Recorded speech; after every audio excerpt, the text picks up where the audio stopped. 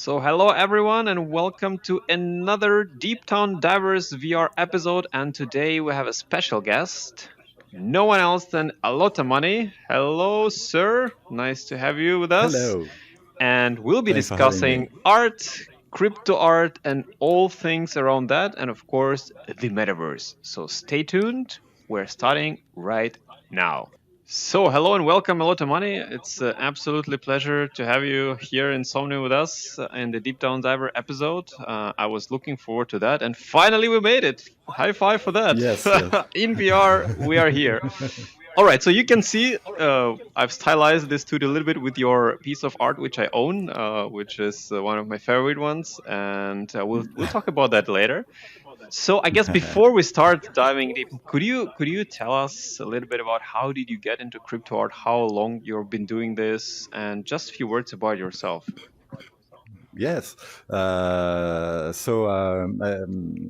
started in 2017 because someone wanted to pay me a graphic job with Bitcoin, and I had to look into Bitcoin to know what it was. And then I started watching videos, and I found Antonopoulos' video, and it was there that I was really addicted to cryptocurrencies and to the message behind all of this.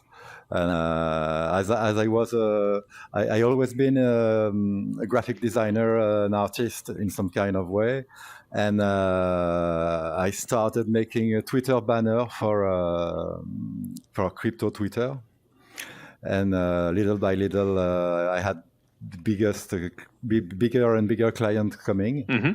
And so I had quite a lot of success with those banners. And then I started meeting people from the NFT world that told me that I'd better have a look at what's happening there, because all the digital art I'm already doing could be a good fit on the NFTs. So it took me some time to wrap my head around the concept. Can imagine it. And once I did for good. So everything started in 2017 with the banners, and then in 2018 I met blackbox.art, who introduced me into crypto voxels, and then introduced me to all this NFT world. And Awesome. that's where it all started. Yes. Fantastic. And I think I've seen some of your tweets about the Twitter art, the cover images for the Twitter. I think I've seen it while you were still doing it, I think. But then Yeah. kind of I was not like following art too much, busy building Somnium and stuff. But when you definitely resurfaced for me is when I was having a blast interview with John McAfee, and Yes. we're having a talk, and we're having a really nice talk, and it was a lot of fun. And then suddenly he says, "Yeah, I'm in crypto art. I know my good friend AlottaMoney." I was like, "What the hell?" So, can you tell us more about that? What happened there? It happened the first time I worked. No, the real thing is, it was my birthday, and there was this show by Euclid on Twitter, and during his show he was interviewing John McAfee and his wife, and it was my birthday, and he told them that AlottaMoney, a friend of his, was celebrating his birthday, and he has shown John and his wife some of my work. And so John decided to contact me to make a Twitter banner. It all started here with McAfee, Nice. and then little by little he had more and more need for my skills. He wanted to Photoshop everything, and then he told me, I want you to make a movie poster for each Twitter celebrities. I'm gonna give you a list of names, and I want a movie poster for each one of each of them. The theme would be what if their life was a movie. And so I started doing this. There was 50 of them. We were supposed to make 100 of them, but we only made 50 of them. And to me, that was great, because I was working almost every day with McAfee, and the character is very, very human and nice person once you get close to him. Yeah, it's. I can confirm. I can confirm. Yeah. When I had an interview with warm. him, and I published it, a lot of people, came in and said, "Oh, why you talk to him? He's crazy and stuff." But actually, I must say, we agreed on the time of the interview. He came on time. He was very polite. We had a great discussion, and he was good. He was great. I mean, he has his own opinions, obviously, as everybody, I guess. And Yes. he's vocal about those, which I think is totally fine. It's better to be vocal about something rather than to, not say nothing, and then just do some other stupid things. But yeah, he was super nice, and we had super fun interview with him, and I was definitely one of the highlights of this year for me to talk to him. So nice to hear that you had the same experience, and it's awesome. And what happened to those 50 art pieces? Did you tokenize them? Did you sell them, or what happened there? John does not believe in NFTs, so he never wanted to make. He never wanted to tokenize them, or what he wanted to do is make a book with all the posters in it. That he never did, because all I did was collage, and there are too many copyrighted materials in this to be sold in a book or something. It was just meant to be on Twitter and to be there for one day or two. Not more. Cool. Yeah, that's amazing. But there's still a website. If you go on my website, AlottaMoney.com, you will find all the links to this, and you can still find them on. Online. Absolutely. And by the way, where are you from? Is it a secret, or it's publicly known information? No, I'm from the south of France. Okay, cool. Oh, nice, very nice. The croissant and all this kind of stuff. It's very good. So yeah, I guess coming back to crypto art, we of course can acknowledge that in the last, I mean, I don't even want to say year. It's like in the last half year, maybe 8 months, it has dramatically changed. In general, the art scene and NFT scene in total, right? How do you, maybe in short sentences, how do you feel about crypto art scene today? Like, what comes first in your mind when we talk about crypto art scene in 2020? I think the scene is opening. That's when most of the artists artists that already had some success outside of the NFT world are coming in. More classical artists are coming. I think now we are soon going to be swimming in an ocean with many big artists all around. And right now we're in a small pond, so it's easy to be a big fish. I think in a year or two it's going to be a totally different story. I actually kind of agree. And what do you think about? So we can look at big artists' names coming into crypto from two perspectives, right? And this show, of course, is very well known about me asking like honest questions and tough questions sometimes, also to myself, but in general. So when I look at crypto art scene right now, right? I look at it and I say, from one perspective, I say, wow, that's fantastic. We have a lot of new names coming in.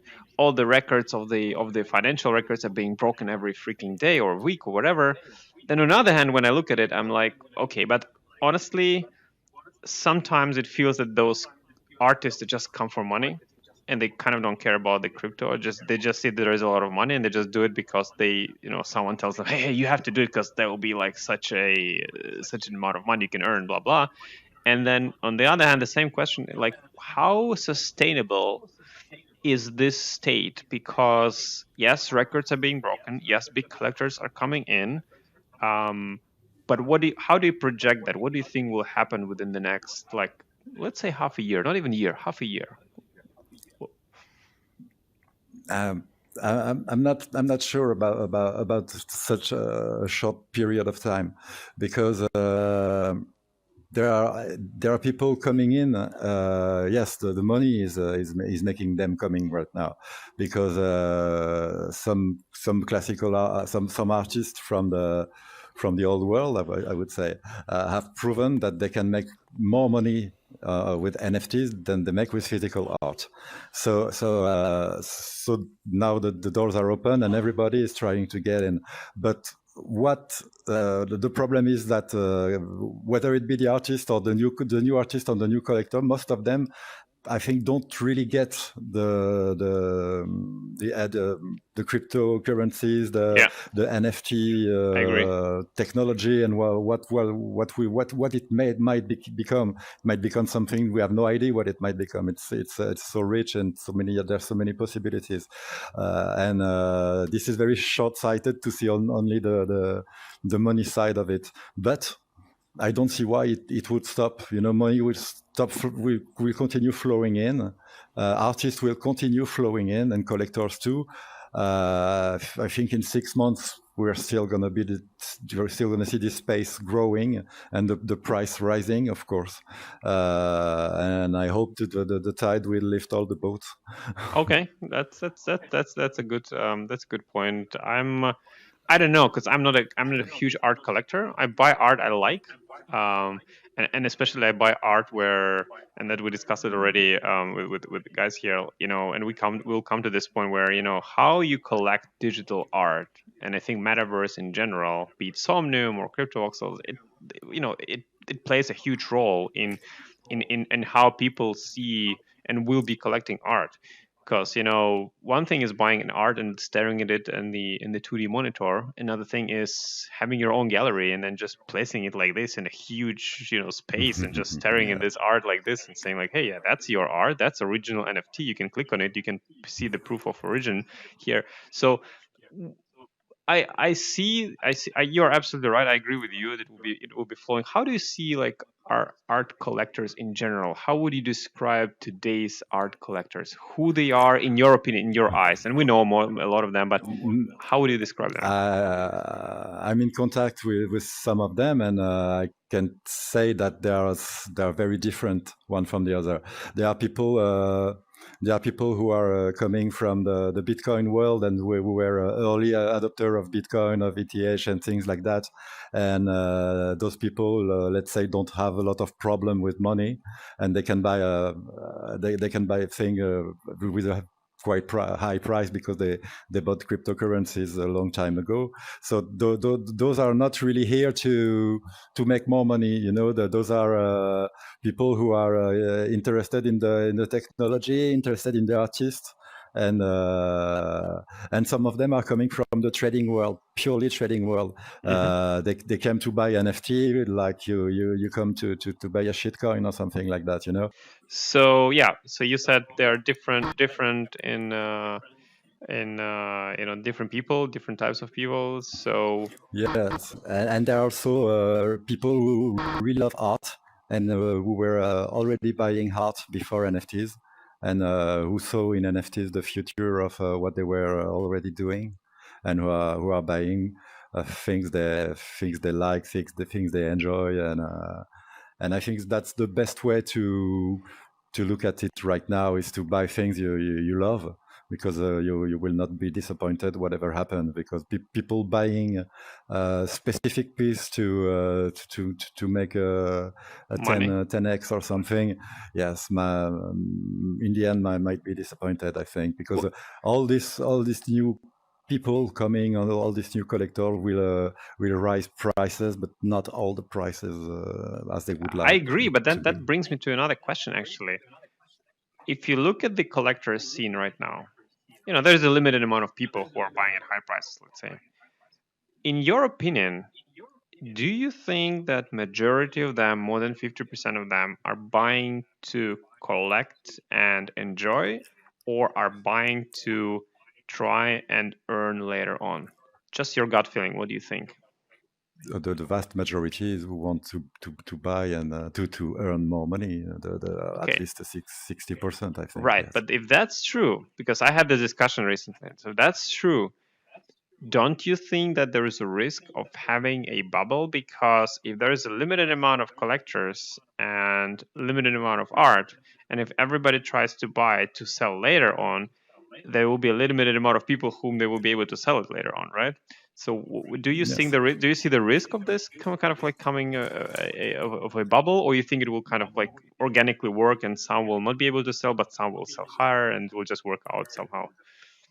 The thing is the fact that right now collectors, people who are collecting to make money, are looking at the charts and saying that this artist, the secondary sale market of this artist is much more important than the other one. So they're gonna try to buy this one, and they're gonna try to estimate. If the artist is producing since 1 year, and in 1 year is at this price, what would be his price in 2 years, in 3 years, etc. That's the kind of calculation I hear about, and that to me that's totally stupid, and that there's no way in investing this way. I've heard even more stories from some artists where artists say that some collectors tell them that if they buy art from them, let's say they buy an expensive piece from them, that they should not or not be allowed to sell cheaper than a certain price on the next pieces. And I was like, what? Oh. and because to me the artist should be able to sell any piece of art for any price he wants. Honestly, he doesn't need to be Yes. bonded. So I'm just saying that I've heard different kind of things and in the market. I had this situation, yes, when I just came in the NFT world. I sold a piece, something like 1 Ethereum, and then the day after, I almost gifted a piece to someone who made a small bid on something, and I had someone coming and telling me that this was completely stupid, that no collector is going to buy my art anymore if I start doing this, because I'm devaluating my art, or things like that. So that was the kind of first collectors I've met on in the NFT world. Yes, that's people that consider that they're doing a partnership with you when they're investing in your art, and you have to do all you can for this art to gain more value, and they will do all they can to help you. That's the way some collector would like it to be. And there are some other collectors that really think about the artist, really think about the art, really invest in the artist rather than invest in a collection or something. Right. And that's a totally different. And I am that's the kind of collectors I'm talking with. I have a connection to, because they are collecting for the very same reason I am collecting too. Right, exactly. Things I like, and I right now I don't want to sell. There's no price on anything I got. If you want to buy it, I want to keep that. I don't want to sell it. Got it. I totally agree. And so, but recently you've had I guess a record sale. Not so long ago. Congratulations for that. It was a thank you. It was a record in a USD price. Yes, right. Not in Ethereum. Exactly. But it's in USD price was the record. Can you tell us how much was the final price? It was 260 Ethereum. Okay, 260 Ethereum. That's a lot of money. That's a lot of money. And yes. It was a collaboration with Trevor Jones. Yes. Love his pieces as well. So could you tell us a little bit more about that collaboration? How did it start? How did you come to this? And how did the auction go? Because that was some nerve-wracking stuff there. Yes, but everything started with the first piece I've made with Trevor Jones. Mm-hmm. He wanted to get in the NFTs. It was the first time he wanted to go. He wanted to sell an NFT. He was testing the water. He was not very sure about it, and he asked me if it was possible for me to help him and make an animation on one of his painting, and it was a pleasure for me to do this. And the first collaboration was a ETH girl that set a record back then already. And then he had this Ethereum boy after the ETH girl. He wanted us to work on this, but we both had to find the right time to do it, because we all have lots of projects, and it was the good time to do this just 2 months ago. And I think the fact that the piece release now that ETH 2.0 is coming is yeah, we perfect couldn't have timing. dreamed of a better moment to take it out. So the idea was to work with Async and to have Trevor wanted a piece who reacted to the price of Ethereum. Yeah. And at first he wanted some kind of change of weather or season, And I told him that if it was a trip from the bottom of the earth to the stars, I would have much more room to express myself than to draw little bunny in the snow or things like that. So he agreed with me, and he said, "Okay, do your thing," and he enjoyed it. And then we added more things. We added the color, the clauses of Vitalik are changing according to the fees. When it's green, the fees are low. When it's red, the fees are high. There's also a little butterfly, and the Y position of the butterfly is decided by the fluctuation of the BTC price. Oh, And nice. the x-axis is totally random, so it can end on Vitalik knows someday or things like that. Oh, cool. And is it true that Vitalik owns one of the layers, or is it? It's yes. There's one of the layer that is 4 accessories for the face. You got a pair of glasses, a pirate hat, and an alien head with antennas. And so we decided to send this to Vitalik. And if one day this layer changes, it would be Vitalik, because it's him. Right now we are trying to reach him. We had no feedback from him right now, but we're still hoping to see him one day using this layer. Okay, Vitalik, if you're watching, you better change something on that layer, right? I'm telling you. Okay, so that's awesome. I mean, I've seen this and the price. And who was the winner of the auction? Was it Max Tels or someone else? Yes. It was yes, Max yes, it was okay. Max Sales. Yeah, cool. yeah, Cool. yeah. Are you in contact with him, or you? Trevor is in contact with him, and Okay. no, I never. I'm not even sure he's following me on Twitter. Okay, yeah, he's No, not so often yeah. on Twitter, but great gentleman, Yeah. and yeah. So Never had the pleasure to chat with him. yeah, he's a very nice guy. So definitely worth chatting. So let's move to the metaverse a little bit, because I think art and metaverse and worlds like Somnium, it become more and more interconnected. I mean, we have, I think, also one of the biggest and definitely one of the most expensive collections here around in Somnium in some different galleries. Like Mocha is here, and some other galleries are here, and people tend to put their art into galleries. What is your opinion? What is the future of digital art collection and consumption? Because one thing is collect something, but another thing is consume it, right? Where do you see it's going, in your opinion? I think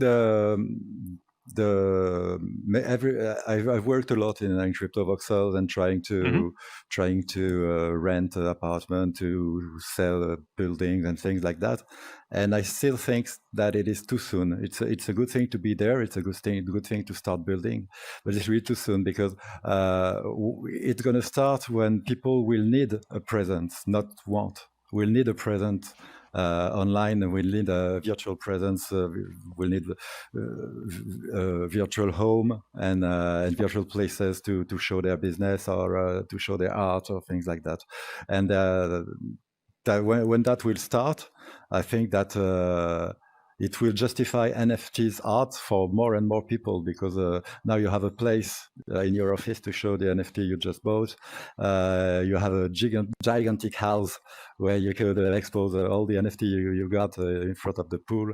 Everything is possible, and as I think we are getting in more and more dark times in matter of connection with each other, and space where we could live. And I think that the virtual world are going to be obvious soon enough. but right now I think to me it's too soon. I spent a lot of time in it. There's a lot of people very motivating around it, and but it lacks the mainstream. You know, the mainstream, not the mainstream wanting to be there, but the mainstream needing to be there, because that's when they're going to come in. You know, I know that the virus COVID-19 made a lot of people change their plan and start making expo and things like that in the virtual world, in the metaverse. And I think that little by little, people will enjoy more the metaverse than the world they live in, and they will have certainly more power and more possibilities to change the world they live in the metaverse than in the outside world. That is, in my opinion, we need some purge ecologically and Mm-hmm. on many different levels, and this is not gonna be a fun time to live in. So I think the metaverse will help people find new spaces. Yeah, I think I kind of agree with it. Right now, it's more, even though we see the trend changing, but right now it's more like a luxury thing, kind of like, okay, nice to have thing, rather than a super big need. But we do see change, and COVID has changed quite a bit about the people who are coming into Somnium, for example. I cannot speak for cryptos, but for people who are coming to Somnium, they want to have business meetings here more and more. And then of course those who want to, in terms of art, people who want to have a hyper visual beautiful galleries, they come here, they build those galleries, they record cool videos and stuff like that, and they have the, like, or even the interview we're having, right now, you're in France, I'm in Prague. I mean, we're kind of talking to each other, which is insane. So um and I believe that, that humanity will be part of the world population because of the, geographical, economical, and other reasons. The only way how they'll be able to earn decent money and experience decent experiences in their lives will be through virtual reality. And this future is not that far away. So I think, and this is my theory, I always tell it like this, and I fully believe in it, that many people, like as many as maybe 2 billion people, for them it will be daily life, and for them there will be only way how to earn money, and also the only way how to have like a pleasure time or explore the world through VR, because they will not be able to go physically into, places like France or Spain or Prague, because it's just economically impossible at this moment. And on top of that, I think some cities and some countries maybe even will evolve around the concept of VR, so that the cities will be basically built like there will be only delivery restaurants, right? That's only delivery food to the homes, things like this. I think that's we see some cities like this in China already. There are experiments where like 1 million Yeah, people have VR headsets and they are doing this. So that's just my theory of how I think things evolve. yeah. Is it 10 years Yes, away? but Is it 5 years away? I don't know, but it's definitely in the it's future. already right now with the lockdown in France. Oh It's yeah. exactly what you're describing. Only Amazon and food delivery is working.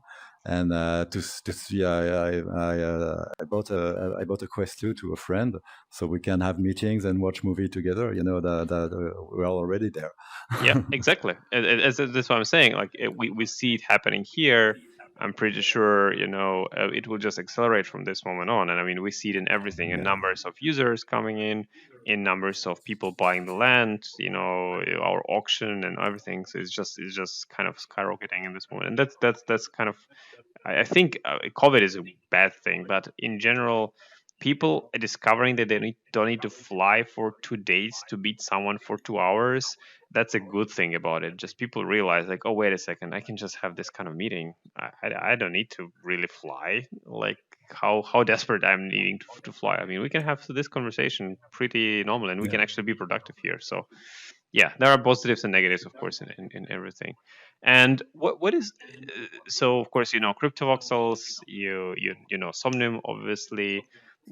What is your view on the on the metaverse? Like, where do you spend most of the time? I guess you said cryptovoxels.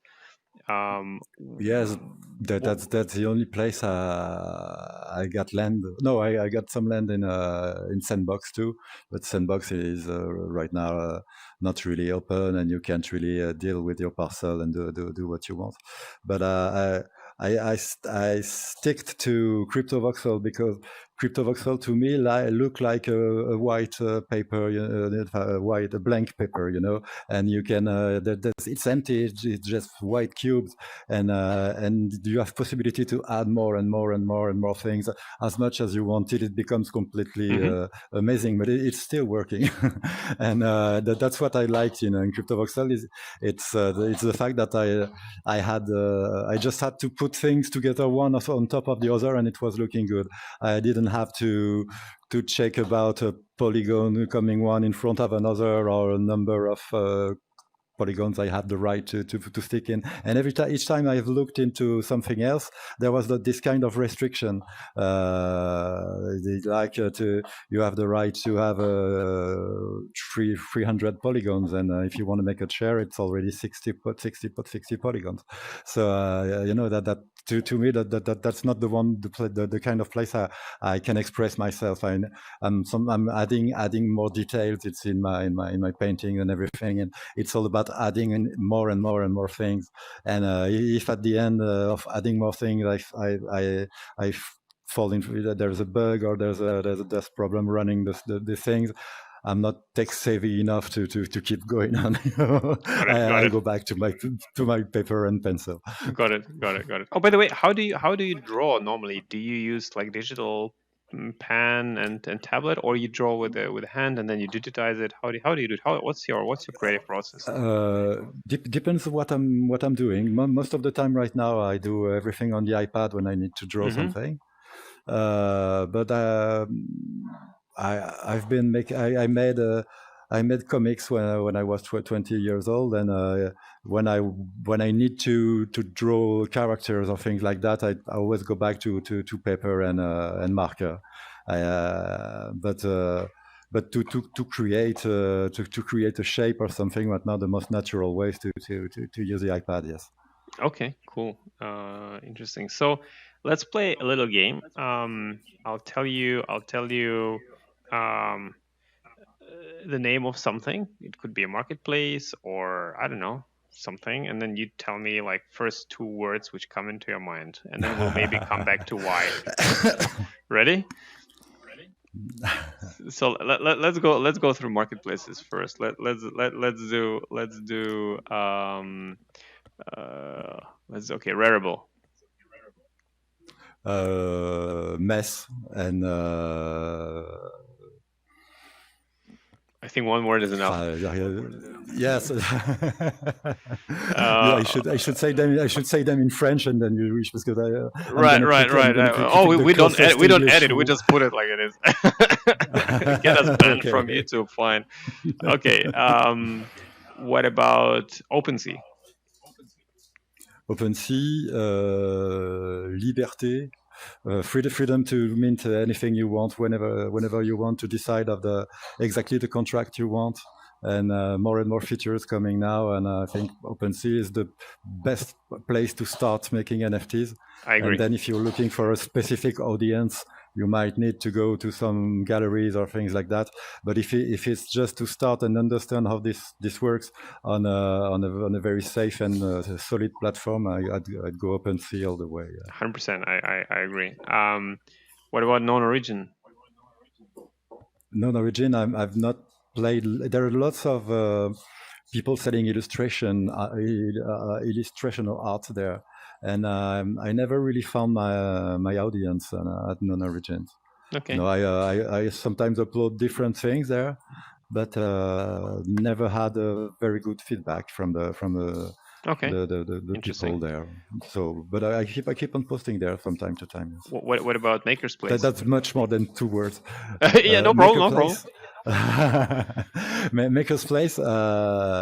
I got one artwork there. Is the building I've made in CryptoVoxels for them. Mm-hmm. But each time I wanted to interact with the platform, there's some kind of KYC. and I'd rather pay than having to fill this kind of form. I don't want to fill a KYC to sell Okay, art. I didn't even I know. told the team they're telling me they're getting rid of this and that I'm welcome to go there. So I will as soon as it is. Okay, But no, cool. right now you have I to didn't fill. even know that you need to go through You, KYC there. Cool. yes, yes. So yes, you have to talk to the taxation, the country of taxation, and everything. That's so scary. I know you feel like opening an account in a bank or something. Okay, cool. And what about Super Rare? Super Rare, it's where it all started for me. It's where people that collect my art are. So that's a place I love to be. There's some kind of quality about the website, about everything that always pleased me. And most of my art are at Super Rare. Yes, so that's the platform I use the most. Okay, and async? I think it's the future. I think it's the revolution. We are not. We have no idea yet what will be possible and what will be made on async in 1 year or two, because people are coming with new idea. There's more and more data that you can grab to use on your artwork. Now they have find a way to make a lot of data grabbing free of fees. There's no more fees to update artwork. Okay. If it's so there's a lot of things changing, and that's just programmable art. So well, what it will become is depend on what the idea that the artist will bring in, and that's there's no limit to this. Got it. All right. What artists do you personally collect right now? Do you follow right now, and why do you like their artworks? If you have any specific people you want to mention. I try to collect new artists, and but in the artist that Kate Harrington, I like to collect her work. Euron, I love his work too. I love Glass Crane. I would love to have some Glass Crane. Twisted Vacancy, of course. Givenchy. Givenchy, I love the guy. Yeah. Yeah, Didier Hogarth. I mean, many people, and I always have a look on new collectors. And as soon as I see something that I would like to have hanging on my wall and look all the time, I buy it as an NFT, and maybe someday I will have a digital frame to make this a reality, or a virtual home where I will spend most of my time. You definitely should consider. Look at this beautiful piece. To my shame, I don't even remember who is the artist, but I just like those fish floating around. I like, always the battle, following one each other. That's the kind of screen that would be difficult to have IRL. Yeah, exactly, and this size especially, in such an environment. Cool. What is your? Oh, by the way, one question: how long does it take for you to create an artwork on average? I know it's hard to say because some may take you half a year, some may take you like 2 days, but like how many artworks per month or something you create? Is there a kind of an average something, or that you cannot say? No, unless I'm in a collaboration or a common project, I don't feel the urge to make NFTs. If there's 10 days without this one single idea, I'm not gonna try to force it or anything. And most of the time, I'm very excited by when I got an idea. It's that exciting that I have to start and finish in a single row. So I can work sometime 17 hours, right, or maybe more to finish something. That's the case on this one. And really? Yes, that's something I did I had to do it while the iron was hot. Can you tell more about this piece, by the way, if we can like walk there a little bit, or Well, just that's at the beginning of the NFT buzz, on Twitter and everywhere. Yeah. Everybody started talking about NFTs, and most of the people were not able to understand what it was. And the most common sentence you had was, "I just have to right click and save it and save a lot of money." Yeah. There's no difference between what you're buying and what I steal. That kind of stuff. And I think that to artists, to art, and to people who understand this, it's just lol. It's just a joke. I feel sad for people who does not understand this, because I was one of them. I had to. It really took me some time. John McAfee, I never was able to convince John McAfee that there was any benefit in using NFTs in any way. No, Okay, to him, it's not. There's no value in this, and even less in art NFTs. Okay, I think I tried. NFTs make a lot of sense in almost any application we look in the digital world, like like this, because everything is based on NFTs here, and even this is an NFT, this avatar. But that brings me to another question. We had this hot debate recently.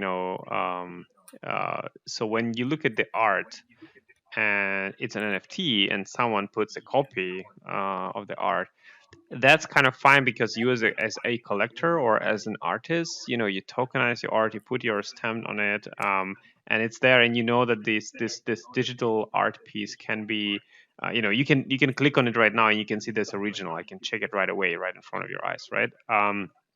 But we had this hot debate because this avatar you're talking to is also tokenized, and it's token.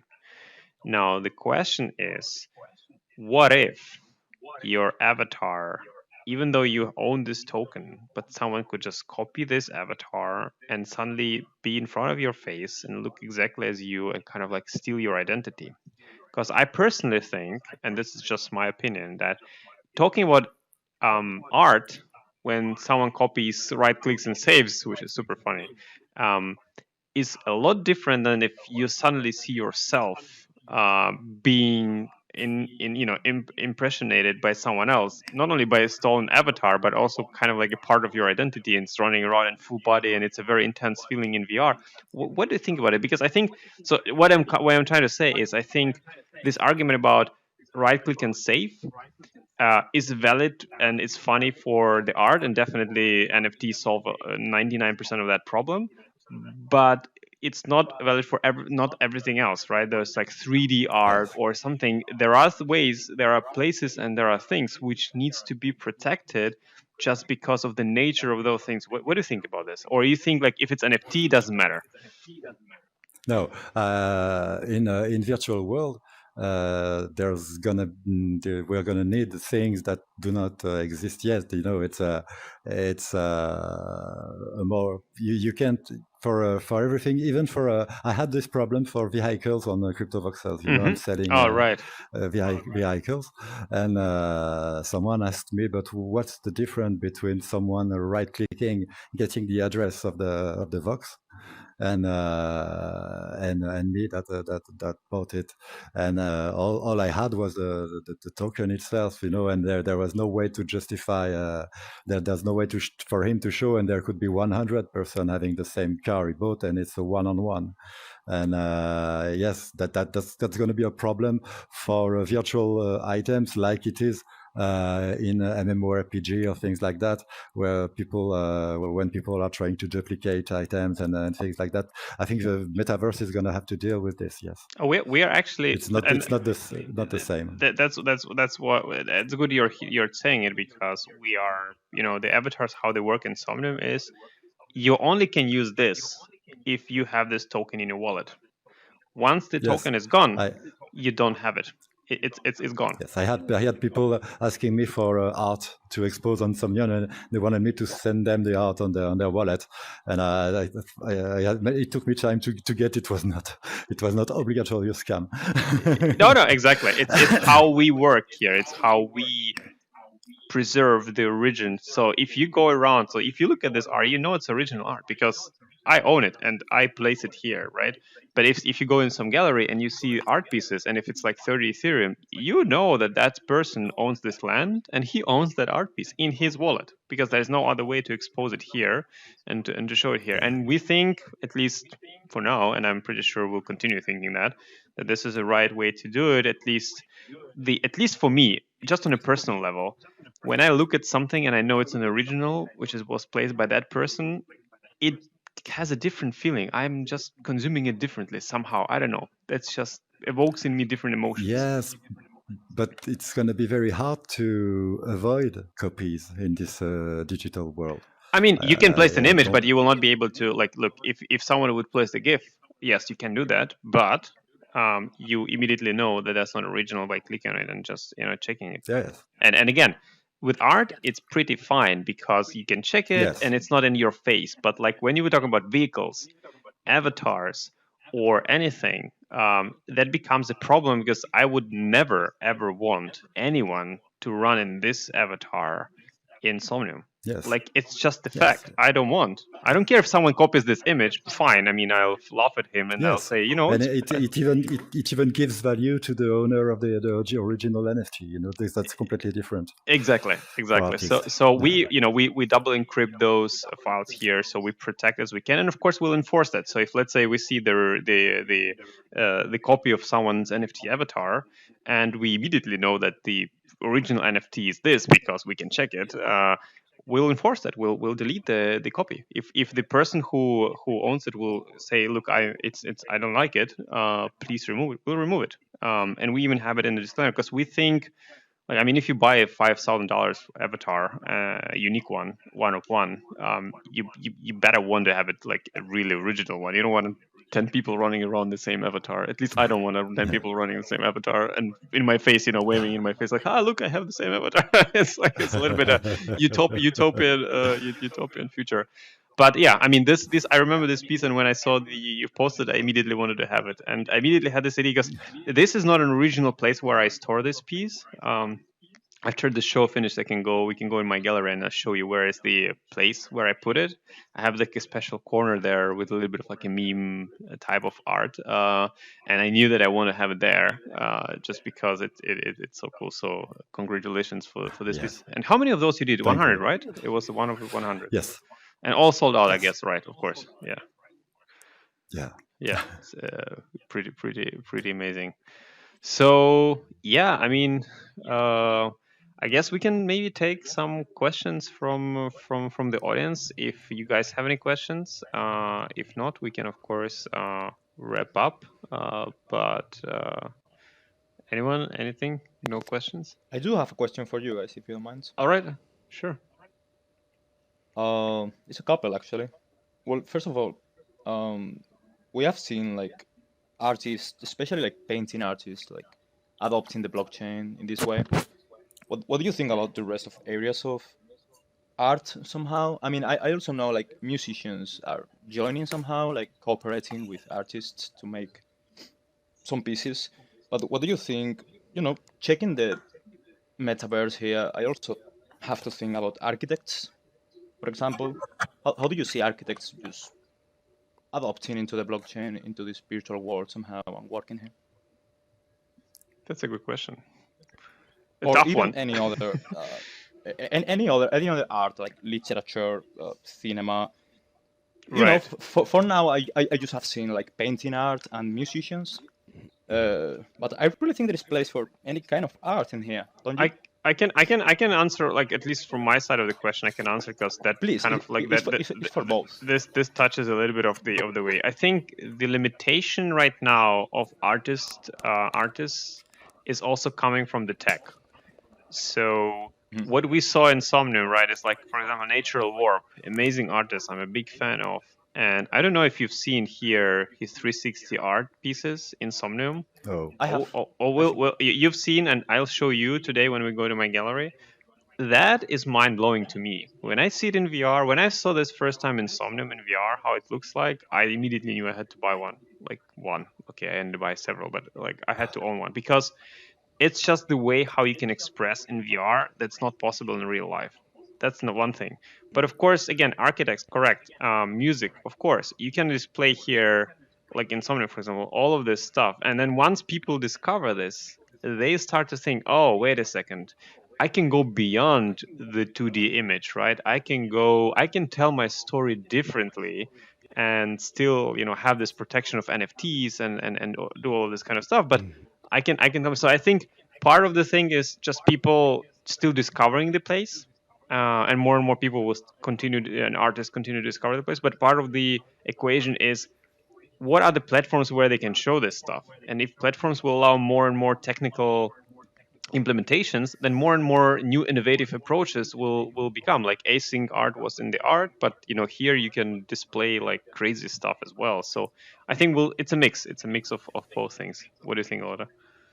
Yes, I think the technology right now is limiting this because the simple fact that we are not hosting the art on the blockchain itself is a problem, and it would be for someone making long movies or things like that. Right now there would be no way to make a 3-hour movie NFT.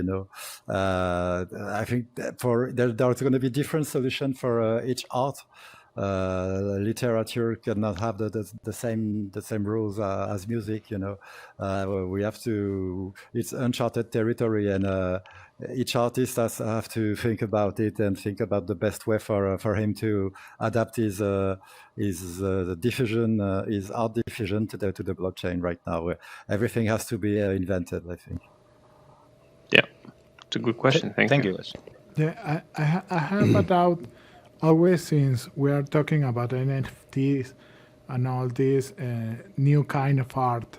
Since I'm a graphic designer and graphic artist since a lot of time ago, how do a person like me that I never got into this world start making money? Do you know that people start to know you and you start to sell your art for money to even achieve an amount so large than like the record you have?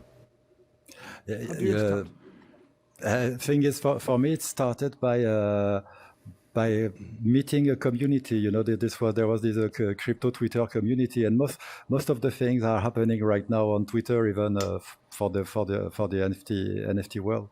And I started to meet a community, to work for this community, and then when I started making NFTs, it was easier for me than it is for any artists right now to get in, because right now everybody's trying to get in.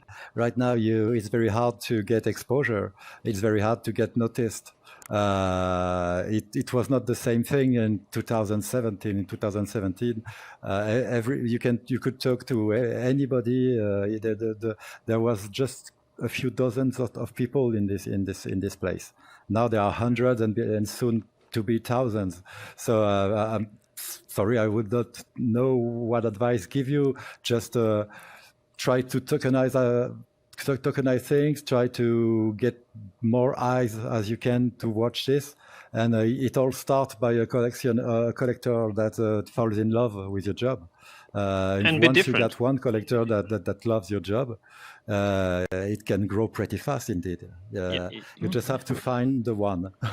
Yeah, and I mean, I would say to start it. And you can see it right maybe from. it's a stroke of luck. Yeah, and it's a bit, Fernando, but you I can. think I think it's being unique. If you're unique and you push your views, you're not trying to copy somebody else. You're doing what you do best. Somebody will pick that up. And look at the new emerging art movements, right? Look here, we just launched 2 weeks ago, not even 2 weeks, tokenization of avatars in Somnium. We've seen already a tremendous amount of amazing avatars being built. Like, that's an opportunity, because once you start expressing yourself through those new medium, through avatars, people start recognizing you, right? Like, for example, look, Pete, for example, right? Planet VR or Natural Warp, he did this avatar or stuff. You look at that art and okay, that's a new type of art. It's not a 2D art. It's not even a 3D. It's an avatar. You give people their own embodiment, right? So that's a completely new, and it's a very young very very young industry, right? Art This current? art part. So like you can be one of the first to enter this and say, look, this is my avatar I've made, and someone will buy it and say, wow, and he will wear it, right? And the more he wears it in the public in here, the more people will recognize you and say, how can I get that avatar? Who did that? And that's how you create. So I think like looking around and seeing like what's new, what's happening, and where are the possibilities, is definitely also the way to go, for sure. So I also come from a graphic background. Do you feel copyright is going to be overridden by NFTs? Like, do you think NFTs will be the goal that anybody's wanting to copyright their work and stop people being able to That's an interesting question. Take that work? Because obviously anybody, we all know, like, as graphic artists, like we try not, because it's like an unwritten rule, we try not to use somebody else's art. Because obviously, as an image, you can use that image and modify it in many different ways to make it look different. But do you feel that an NFT proves that that has been modified enough that gives you the right to sell it? I think justice will have to decide of this once there will be a judge that will say that according to the blockchain and according to the Ethereum blockchain, this work of art belongs to have been published at this date, this hour, way before you. Once there would be a justice decision on it, it could become the general copyright, and anybody can deposit a copyright very easily, so that's going to be something, I think, yes, universal pretty soon. Yes. Okay. What you just said is I agree with you, but also it's a little bit controversial, because there is a part of people in crypto community, and also in VR, but let's say in crypto community, who believe in this like open source, no governance style of thing. So for them, hearing you say, "Oh, judge has to decide," they will say, "Well, judge has nothing to decide in blockchain, no governments," and some of this. I'm just telling you, and I disagree with those people, because I think to get to because they always say open source everything, do this and that, no rules, everything should be possible, and I say we have to get there. One day it will be maybe like this, but we have to get there. We cannot have open source right now, because nobody will care and it will ruin itself. Like, people will not be able to govern themselves correctly in this particular moment.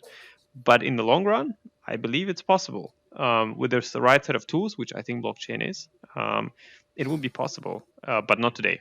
It's just in my opinion. So, judge, I agree. Someone has to kind of like override this.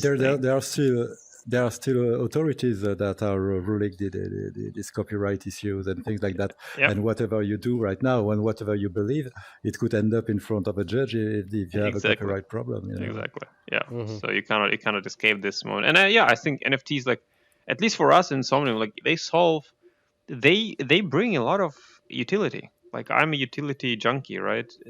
And if we see, look, as a company, we say, does NFT make possessions of people safer? Oh yes, it does. Does it allow us to easily identify the original work of art or avatars or anything and then act accordingly? Oh, of course. Does it allow people to have a real economy and earn money? Absolutely. So those are just positives which are coming with NFT, and like linking Somnium and make Somnium work on Ethereum blockchain and just, read through that and give permissions based on this. It's an amazing thing. I mean, as a developer, I can say, look, that's the best thing we can do. That's the best database we can use so far. And all those gas fees, and I don't care. It works really well, and it will continue to be better. So I think people who don't understand it, and who are conventionally think like, okay, it has to be in an old centralized database, I think they're missing out dramatically. This is just a wrong thinking on their side. So definitely, I think that's the future. I mean, we're kind of a quick question, completely off art. Do you use VR as a gaming platform? Do you play games, or do you do anything? Yes, I play a lot of games. I bought the Vive when it came out. I was one of the first one to have the Vive. and because I missed the Oculus CV1. You know, it was more expensive than I thought it would be at the time. Everybody was expecting something in the ball, and I don't remember it was supposed to be something like $250 or something when they first, and when it came out at $1,000, it was not possible for me to have it. So I hated Oculus that day, and I waited to have enough money to buy the Vive later. So yes, I play a lot of video games. I've been working in the video game media industry for about 10 years. Nice. And I'm fond of video games since I'm a kid, and I never stopped playing. And I'm still playing sometime 8 hours a day, and working the rest and sleeping 4 hours. By any chance, are you playing shooters in VR by any chance? No. I love immersive gameplay. You know, I love stories. I love things like that. You know, my dream would be something like Red Dead Redemption 2 in VR. You know, or big open world, big sandboxes. You know, things like that. I'm not into. I'm maybe too old, but if I start playing a game when you're standing up and picking up things on the floor all the time and shooting arrows and things like that, I can. It's like, I'm dead. But I'm gonna play 1 hour and a half, and I'm gonna be dead for the rest of the day. And I like to play games like Skyrim for like 10 hours straight. Oh, nice. I the like headsets are quite heavy the way at the moment. The headsets are quite heavy for that kind of length of time. Like nobody. Yes, it's getting much better with the Quest 2 right now. Yeah, because I have some kind of. I would not know the name. Les soudeurs, a casque, helmet of people who are soudeurs. I don't know the name in French. It's a professional headgear, you guys, because for people who need a protection in front of their face because they are working with metal and things like that, you know. So the top of the plastic is made by an English company, and you put your Quest on it, and there is no weight at all on your face. Yeah, nice. It's almost not touching my face. All the weight is on the top of my head and the back of my head. Oh, you should share it in our Discord or something. I will share it. Yes. All right. Yes. Cool. It's not expensive. It's 19 pounds, something like that. Oh, nice. Yes. Okay. If are you on our Discord? Exactly. Oh, okay. All right. No problem. We'll make it happen. All right. So I think first of all, thanks a lot for coming. It was a lot of fun and a lot of thanks to you for having me. Very, very insightful. Thank you for the audience for the questions and for being here. It was fun to watch. So thank you everyone for joining this episode with AlottaMoney. We had a lot of fun. Thank you for watching, and of course, don't forget to subscribe, follow, share, and do all this kind of social goodness. And as I always say, see you next time on the other side of the monitor. Goodbye.